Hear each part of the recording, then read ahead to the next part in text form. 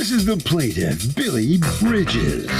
He says he loaned the defendant money, and instead of the guy paying him back when he got his tax refund, he went out and bought a truck. Well, if the man has enough money to buy himself a fancy new truck, he surely has the money to pay him back the $1,500 he loaned him. So he's suing.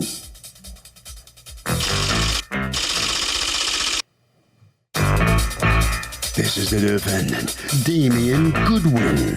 He says the plaintiff was left homeless by a fire, so he and his wife opened their home to him, and he lived in their son's room. He knew he wasn't going to be allowed to live for free, so the guy gave him money here and there. The man never, ever gave him a lump sum of $1,500, and he's shocked to be standing here today defending himself in this lawsuit. Goes to show you, you just can't help people anymore these days without them trying to take advantage. He's accused of being lazy on a loan. The defendant has filed a countersuit for $1,000 for defamation of character. All parties, please raise your right hand. Welcome back to the People's Court. Next case in the docket, the plaintiff loaned the defendant money, found out the guy who didn't repay it went out and bought a truck. The defendant says he did plenty of kindnesses for the plaintiff, so they're even. It's the case of keep it truckin' and I'll sue. Thank you, Douglas. Billy Bridges, you are suing Damian Goodwin for $1,500 that you say you loaned to him and he refuses to repay. You're counterclaiming $1,000 for defamation of character because he's saying that. What happened? My name is Billy Bridges. I met Damian Goodwin through Narcotics Anonymous. Him and his wife 3.5 years ago. And I became homeless. There was a fire next door to me. Child lost his life. I thought they was trying to be a friend to me. But in the end, they turned out to befriend me. They requested if I could loan them $1,500 for their taxes on their home. They ran into some financial problems, and I loaned them the money. When did you loan them the money? Fire was in March. I resided with them, I would say maybe the first week of April. The fire was... How long did you live with them? I would say about 2 weeks. About 2 weeks. Okay. And at the end of the 2 weeks, where did you go? I resided with my significant other. And why did you leave where you were? The fire caused water. No, I'm sorry. Why did you leave their place? I was ready to move on, basically. Okay. Basically. So during that 2 week span, according to you, they come up to you and they say, we need $1,500, and you give it to them all in one shot? Yes, ma'am. Where was the money? Where did you get it from? I had come into some money. But it was physically in a bank? Yes. Okay, so do you have a withdrawal slip where you withdraw? I gave them, I have several withdrawals of my money, but not specifically of that. I had enough in my purse, on my person. You were walking around with $1,500? Yes, ma'am. Okay. Excuse me. You've come a long way, baby, huh? Yes, ma'am. Still got a long way to go. What do you do for a living? I'm unemployed right now. How are you walking around with $1,500 unemployed and homeless? Your Honor, I just stated I had come into some insurance, into some money. Okay. Did he loan you $1,500? No, ma'am. Why would he make something like that up about somebody who opened his home to him? Exactly. First of all, let me just go back. He said he stayed at my house for 2 weeks. He was there for 4 months. 4 months? 4 months, because where the fire was, they had to rebuild the house so he can go back in. The Red Cross let him stay at the hotel for 1 night. They paid for it. And then he came to me and my wife at the meeting, because that's how he met us. And he said they were charging him $85 a night. So I spoke to my wife, so I said, let's help Billy out. You know, me and my wife, we opened up the house to him. We gave him a set of keys. We let him use our dryer. I let Billy use my washer and dryer to wash his clothes. You know, he cooked like 3 or 4 times a day, and he like cooked the stuff that you gotta like keep the the burner on all day, like he cooking butter beans and stuff like that. You know what I'm saying? Like you got to keep. I mean, you got to keep the stuff on, and then like it's in the winter. It's during the winter. He burnt my heat all day, all night. You know, my son TV, his flat screen TV on the wall, he burning the TV all day, all night. So if I'm hearing you, he was there 4 months. 4 months. He paid for nothing and used up everything. Why does he go to court and sue you over $1,500 though? Ma'am, I have no idea. There's got to be a reason. Give me something to hang my hat on because it makes no sense. Did you guys end up in a fight? Me and my wife didn't have no tax problems with our house. You know, neither one of Did our you end up in a houses. fight? So, pretty loose. The plaintiff says that there was a specific loan here. Is the plaintiff going to get that money? I think he needs more than words to say what he needs, that he deserves the money. Is it relevant that the plaintiff stayed with the defendant for 4 months for free? I think it is relevant because you stay with a friend for like a month to get your feet wet, get settled. You don't stay 4 months and expect them to pay the whole rent. And Let me just say, a month is when like fish go bad. I don't know that a month, no offense, but a month's a long time to stay with somebody. I'm just saying, going inside the courtroom. This will happen.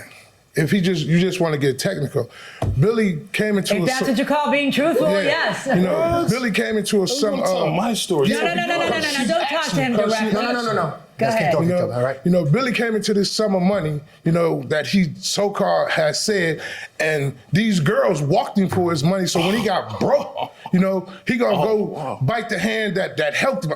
His family wouldn't even let him in. You know, we helped him. You know, we knew he was early in recovery. You know, I got 18 years clean. My wife got 15 years clean, and we know he was struggling. So we helped him. So this the help I get.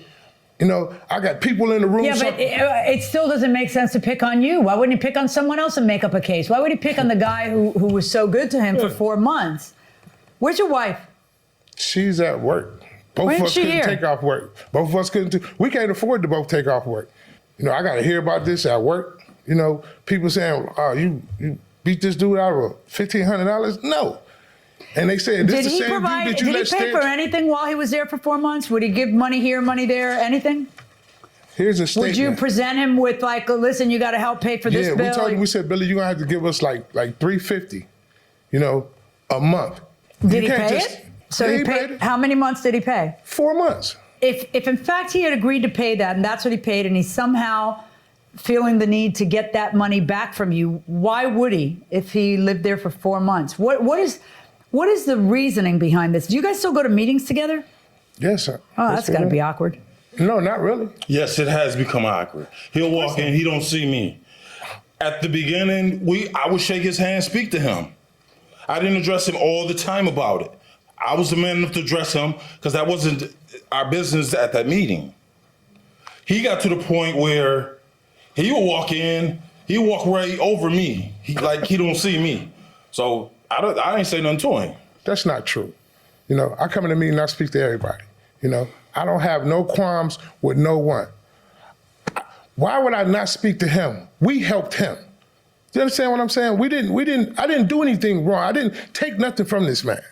And for people they say, I mean, I'm just stymied by what you're suggesting, which is you're nothing but nice to him. There is no fight, so there's no motive, but he's just making this whole thing up. I'm stymied by that, but I'm equally stymied by what you're saying, which is that, you know, they're nice enough to open up their home to you for whatever amount of time, and then they take $1,500 from you. I just, you know, I wish that you had some proof, you know, something, anything. Mr. Millian, I specifically told them this $300 a month, that was out of the question. I didn't give them $300, $350 a month to stay there. ask him, No. do he think he And was my gonna, family would Go have ahead. took me in. ask him, do he think he was gonna stay at my house for 4 months without paying nothing? Ask him that, because I'm not gonna ask him. You ask him. Do you honestly, you know, Ask him. and we live in Buffalo in the winter. Did you think that you were Yeah, going to stay with thank him you. for 4 months in the harsh Buffalo winter months of all things without paying anything? No, I wouldn't have thought I wouldn't have paid. So why did you then? So, Pardon me? So did you pay anything? Yes, I did. How much did you pay?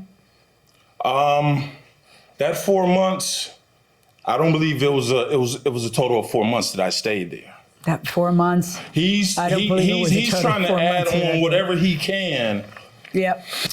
Okay. Mr. Bridges, I'm not finding sufficient proof of the loan. People walk in here with some kind of proof, something. If it's not a promissory note that's signed, then it's a witness, then it's a text, an email that somehow acknowledges it. You know, you walk in here and you tell me I was there 2 weeks, nothing longer. And then you're talking about the 4 months, or I don't think it was a full 4 months. You know, that's not 2 weeks. There's a lot of inconsistencies, frankly, in your story that make me concerned. You know, I would only rule in your favor if the evidence supports ruling in your favor. Legally speaking, you have to prove to me by a preponderance of the evidence that you're right. And you got nothing. It's your word against his. On the defamation of character, that because you're saying he's telling people you owe him money, he thinks you owe him money. That's not a defamation of character claim. I'm not finding that you don't owe him money. I'm finding that he can't prove you owe him money. Right. There's a distinction. So both of you go home with 0. So as the plaintiff leaves the courtroom right here, being owed money and then being able to go into the court and prove that you're owed money are two different things. Yes, in the eyesight of the judge, yes. Mm-hmm. Yes. That's how it works in the court. He did go out of his way to be there for you when you needed something at one point? It's kind of hard to say. When him and his wife sit and both asked me for money and he come to court and deny it. So, like the judge said, I didn't have any written proof. All right, around the corner this way, okay? All right, as he goes around to sign his documents, well, what do you have to say? Nothing. He lied. You know, he straight out lied and said that, you know, he gave us this money and he didn't. You know, me and my wife had no tax problems. You know. You say he lied. He said you lied. Well, do I have to pay anything?